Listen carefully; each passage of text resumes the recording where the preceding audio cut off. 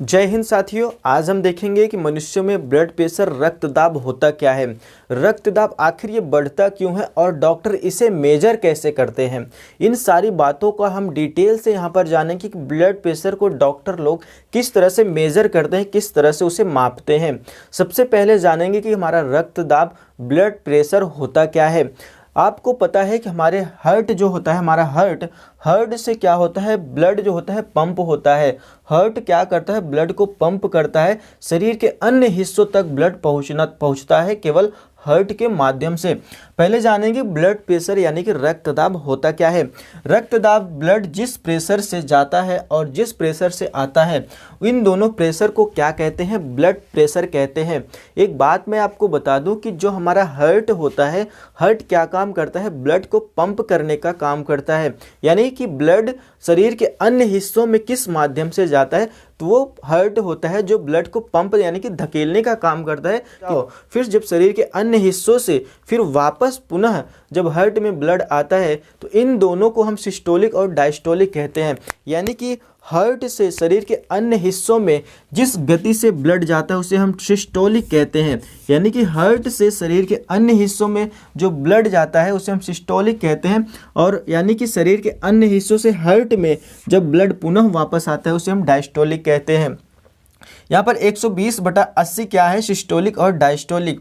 एक चीज़ और बता दें कि जो हार्ट यानी कि जाता है उस मशीन को क्या कहते हैं, उस मशीन को हम कहते हैं स्फाइग्नोमैनोमीटर कहते हैं। क्या कहते हैं, स्फाइग्नोमैनोमीटर। यह मेजर किस में करता है, यह मिली मरकरी में मेजर करता है, मिली मरकरी में मेजर।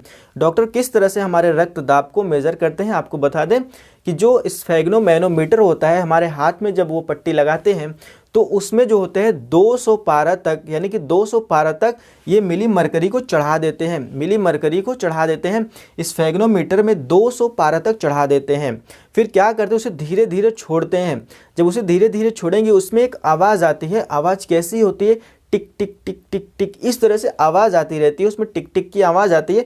एक समय ऐसा आता है जो उसमें आवाज़ थोड़ा तेज़ी से आता है, टिक से आता है। जब वो आवाज़ जो थोड़ा तेज़ी होता है वह जो होता है सिस्टोलिक की गति होती है, सिस्टोलिक। जब आवाज़ थोड़ा तेज़ी होता है तो उसे मेज़र कर लेंगे कि आपका सिस्टोलिक 115 है। जब वो लगातार फिर छोड़ते हैं, इस तरह से आवाज़ आती रहती है।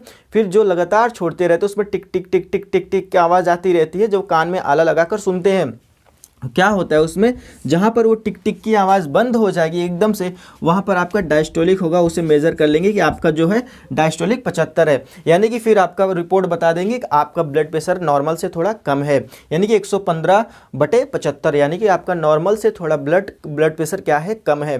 फिर आगे हम देखेंगे नॉर्मल ब्लड प्रेशर होता कितना है, कि नॉर्मल ब्लड प्रेशर जो होता है 120/80 होता है। कितना होता है, 120/80 नॉर्मल ब्लड प्रेशर होता है। यहाँ पर बात करेंगे कि इस मशीन को क्या कहते हैं, स्फेग्नोमैनोमीटर। इसकी चर्चा कर चुके हैं, और यह मिली मरकरी में मेजर किया जाता है।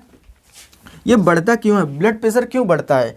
ब्लड प्रेशर बढ़ने का जो कारण है वो चिंता, क्रोध और ईर्ष्या होता है। ब्लड प्रेशर बढ़ने का कारण चिंता, क्रोध और ईर्ष्या होता है।